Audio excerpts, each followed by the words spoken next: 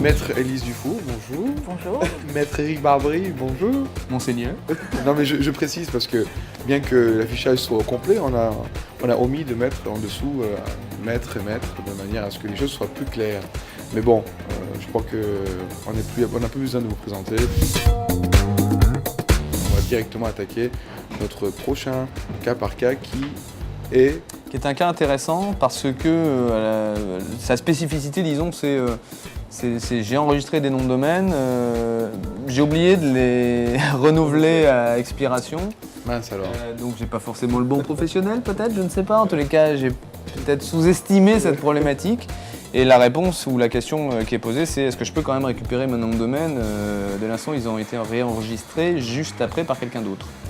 Et c'est important, d'abord cette question est importante parce qu'on a quand même pas mal de gens qui malheureusement gèrent pas aussi bien finalement leur patrimoine immatériel qu'ils devraient le faire, que ce soit pour les noms de domaine ou les marques. Je veux dire, la problématique est généralement la même, on ne fait pas attention à son patrimoine. Et là, on est sur un cas d'une société quand même assez connue, puisque c'est société.com, en tous les cas la société qui exploite le site société.com, qui avait enregistré aussi des noms de domaine qui sont bilan.fr et cabis.fr. Donc on voit bien quand on est sur ce secteur-là, pour eux, c'est extrêmement intéressant et important d'avoir bilan.fr, cabis.fr et société.com. Et le problème, c'est que manifestement, les noms de domaine n'ont pas été renouvelés au moment où ils auraient dû l'être et ils se retrouvent réenregistrés par quelqu'un d'autre. La question qui est posée, c'est est-ce qu'on peut récupérer ces noms de domaine sous la foi ou sous la base, non pas de marque, mais du cabis, puisque c'est dans le cabis qu'on retrouve l'enregistrement de cabis.fr et de bilan.fr. Est-ce que ça suffit en fait d'avoir ça dans son cabis et puis deuxièmement de pouvoir démontrer qu'on avait le nom de domaine avant et qu'on a simplement commis l'erreur éventuellement de ne pas la réenregistrer. Et c'est là la question qui est posée. Alors elle est posée dans le cadre d'une procédure, encore une fois, PARL. On est sur une PARL du .fr, puisqu'on est sur du .fr. La procédure PARL, juste pour avoir plus de précision. Alors les procédures PARL, donc PARL pour procédure alternative de résolution des litiges. Et il y a deux procédures PARL dans le .fr. Une procédure PARL dite OMPI, donc qui est un peu l'équivalent de l'UDRP traditionnel. Simplement, il est plus ouvert que l'UDRP traditionnel. L'UDRP traditionnel étant quand même extrêmement, j'allais dire basique, mais au sens noble du terme, basé sur des fondamentaux de base qui sont la propriété intellectuelle, les marques avec trois catégories. Trois conditions à remplir, l'atteinte à une marque, un manque d'intérêt légitime de la part du défendeur et la mauvaise foi démontrée par le requérant dans l'enregistrement et l'utilisation du nom de domaine par le requérant. Les procédures PARL sont plus ouvertes parce qu'elles se basent en effet pas uniquement sur le droit des marques mais aussi sur les noms commerciaux, l'enseigne, la concurrence déloyale. Le droit des noms, les pseudonymes, comme on a vu aussi la problématique des pseudonymes sur un autre cas par cas. Donc on a en fait une vision beaucoup plus large des cas d'ouverture de PARL et de traitement donc des PARL. Et il y a le deuxième PARL, donc à PARL OMPI, qui est le PARL CMAP, et qui lui est une procédure un petit peu différente. L'idée c'est d'aller plus vers la médiation, c'est-à-dire l'OMPI va aller plus vers une décision presque cassante et exécutoire, je supprime, je transfère, je maintiens. Le CMAP, on l'utilise plutôt quand on a essentiellement des conflits de légitimité, c'est-à-dire deux sociétés, deux structures qui pourraient prétendre toutes les deux à la même protection, au même enregistrement et qui ont besoin d'être départagées dans un environnement un peu plus compliqué, un peu plus difficile à maîtriser, parce que justement, double légitimité de l'un comme de l'autre. Voilà, c'est un peu la spécificité d'ailleurs des .fr. Généralement, on a une procédure de résolution des litiges et une seule, qui est plutôt d'ailleurs de type OMPI. Là, on a essayé, la TNIC a essayé d'élargir le spectre et d'avoir plusieurs panoplies, plusieurs possibilités pour la gestion des noms de domaine. En l'occurrence, nous sommes dans une PARL avec... Dans une PARL OMPI. Donc là, avec décision, je supprime, je transfère ou je maintiens. Et donc la question qui est posée à l'expert, c'est effectivement... le nom n'est que dans l'extrait cabis, il n'y a pas de marque, il n'y a pas autre chose, et puis il a été enregistré, puis il a été oublié. Où est-ce qu'on va et qu'est-ce qu'on fait? La décision prise va être de considérer qu'il n'y a pas à faire droit à la mesure de transfert. Parce que l'expert va considérer qu'en réalité, il n'est pas démontré que les noms de domaine en question qui font partie de l'extrait CABIS de la société ont fait l'objet d'une véritable exploitation En tant que tel. en tant que telle. Donc, alors on a dans aucun des cas par cas, on s'est permis de juger ce que les autres ont jugé. Donc je ne le ferai pas plus dans cette situation que dans les précédentes. Mais c'est vrai que j'aurais aimé, disons, dans cette situation-là, qu'on se pose vraiment la question, en tous les cas, qu'on traite de manière importante la question double qui est la première. Il y avait des noms de domaine enregistrés et exploités et on a commis peut-être l'oubli ou l'erreur de ne pas les enregistrer ou de ne pas les renouveler. Et puis la deuxième qui était aussi éventuellement de se poser la question du portefeuille du titulaire. Par rapport à ces deux éléments-là, on aurait peut-être pu imaginer une issue différente. En tous les cas, c'est encore une fois de l'appréciation libre et souveraine de l'expert, hein, donc il n'y a pas à débattre de cette situation-là, mais c'est vrai que la question est intéressante. Est-ce que si, par exemple, société.com avait créé un site avec une identité propre qui se serait appelée cabis.fr ou bilan.fr, est-ce qu'elle n'aurait pas eu beaucoup plus de chances de pouvoir à ce moment-là s'asseoir sur une sorte d'antériorité ou une sorte de présence légitime qui serait en fait vraiment l'exploitation même de ce nom pendant un certain temps.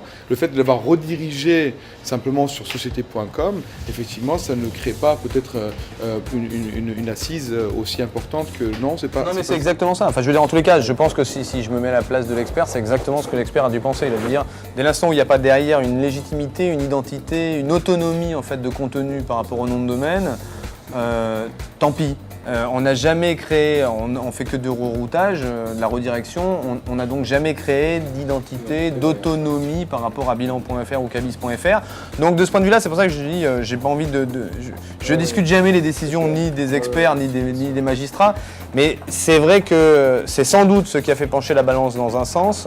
De l'autre côté, c'est vrai aussi que quand tu exploites ton nom de domaine pendant 5 ans et quand tu as quelqu'un qui en face peut-être un portefeuille, on va dire hétérogène, pour pas dire étrange, on peut aussi se poser la question de la légitimité de ces enregistrements. D'accord, très bien. Bon, c'est intéressant en tout cas.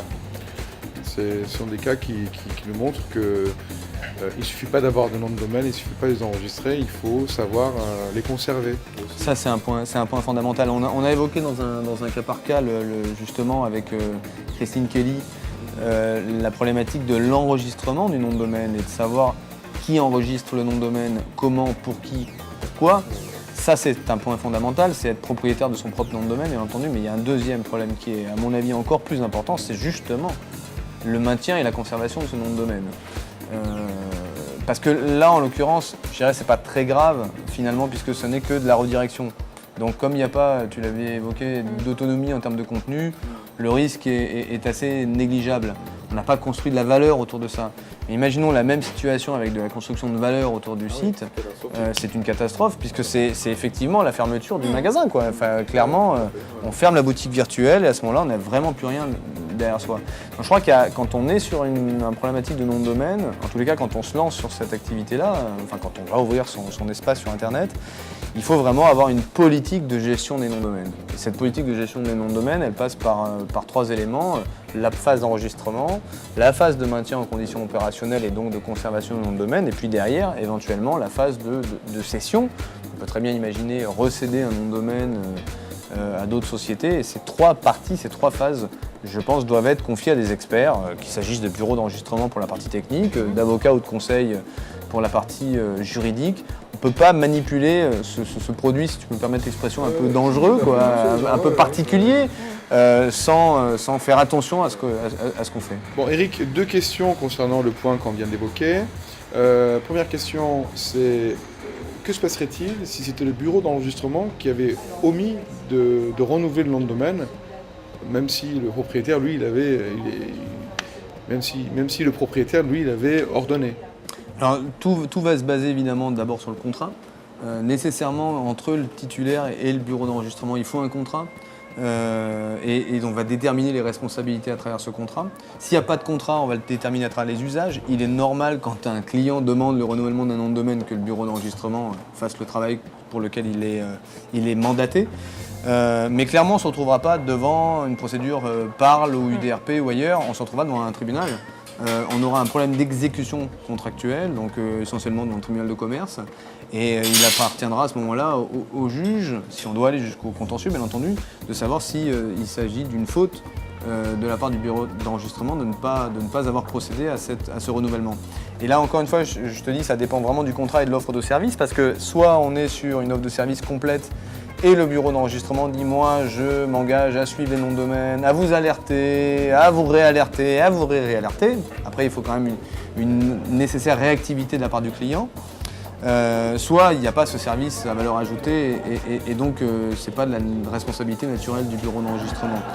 Il faut voir aussi le deuxième point qui est important, c'est qu'indépendamment du contrat, il n'y a pas que le bureau d'enregistrement qui est en cause, il y a aussi le client. C'est-à-dire que si le bureau d'enregistrement fait bien son boulot et s'il alerte son client et qu'il réalerte, et qu'il réalerte, et qu'il réalerte, alors combien d'alertes faut-il pour être un bon BE, on n'en sait rien. Combien de mesures faut-il prendre pour être un bon BE, on n'en sait rien non plus. Hein. Mais si on a alerté le client une fois, deux fois, trois fois et que le client ne répond pas, ne réagit pas et ne donne pas donc l'ordre de réenregistrer ou de maintenir le nom de domaine, on va considérer que cette fois-ci ça pourrait être la faute du client. Dans tous les cas, ce qui est important, c'est de savoir qu'il faut un contrat, dans tous les cas des dispositions contractuelles, et puis deuxièmement, il faut que l'un comme l'autre maintienne les preuves. Le bureau d'enregistrement qu'il a bien fait son boulot et qu'il a alerté son client, le client éventuellement qu'il a donné un ordre au bureau d'enregistrement qu'il ne l'a pas exécuté. Voilà. En l'occurrence, il y avait Microsoft qui avait perdu son nom de domaine il y a quelques années de ça. Ils avaient oublié de l'enregistrer. C'était un fan qui l'avait enregistré immédiatement après, qu'il avait rétrocédé à nouveau à Microsoft. Donc il arrive à ce que même les grandes entreprises soient mal, on va dire, qui sont mal protégées en ce qui concerne justement le renouvellement de leur patrimoine électronique. C'est vrai que alors, au niveau des marques, c'est déjà compliqué, mais au niveau des marques, on arrive parfois à avoir une personne chargée de la protection de marque monde. Donc on arrive à centraliser le tout. Au niveau des noms de domaine, c'est tellement explosé selon des chartes régionales, nationales, que ça devient difficile finalement d'avoir le bon interlocuteur, ou en tout cas l'interlocuteur unique pour la gestion du patrimoine des noms de domaine, et ça aboutit effectivement à ce que tu dis, c'est-à-dire qu'à un moment ou un autre, tout le monde pense que c'est l'autre qui va s'en occuper, et c'est personne. Et donc ma deuxième question, c'est comment les choses se seraient passées si Société.com avait pris le soin d'enregistrer en parallèle avec ces noms de domaine les marques Cabis et Bilan. Est-ce que les choses auraient été différentes à ce moment-là ? C'est difficile de préjuger la décision finale parce que déjà, est-ce qu'une marque Cabis, une marque Bilan aurait été enregistrée ? C'est pas certain. C'est pas sûr qu'au niveau national, déjà, de telles marques assez descriptives auraient pu faire l'objet d'un enregistrement. Mais si tel avait été le cas, Société SAS, donc l'exploitant du site Société.com, aurait été dans une situation plus confortable parce qu'elle n'aurait pas eu besoin de démontrer l'usage des termes sur lesquels elle revendique un droit de propriété. Dans cette affaire, les termes Cabis et Bilan inscrits sur le Cabis justement de la société n'avaient pas été, en tout cas le requérant n'avait pas réussi à démontrer que ces termes avaient été utilisés sur des papiers commerciaux ou sur des factures en tant que telles.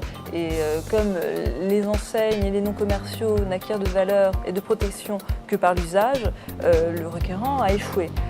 Évidemment, si la marque avait été enregistrée, la situation aurait été différente puisque la protection aurait été accordée hors usage, en tout cas dans une limite de 5 ans bien sûr.